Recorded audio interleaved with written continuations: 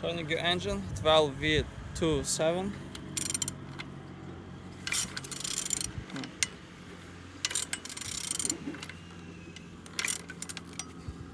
It's running good. The front engines looks good, as you can see, no damage. Compressor, have damage in this part, as you can see. Look as well on altimeter, in good conditions, no broken.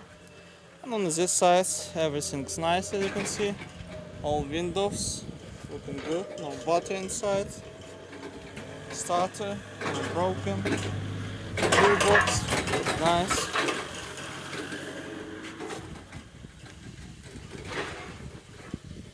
And on this side, everything's good, no damage. On the top, all connectors and injectors, nice. No broken, no water. On the bottom, no cracks, no leaks. And turning your engine, 12V27.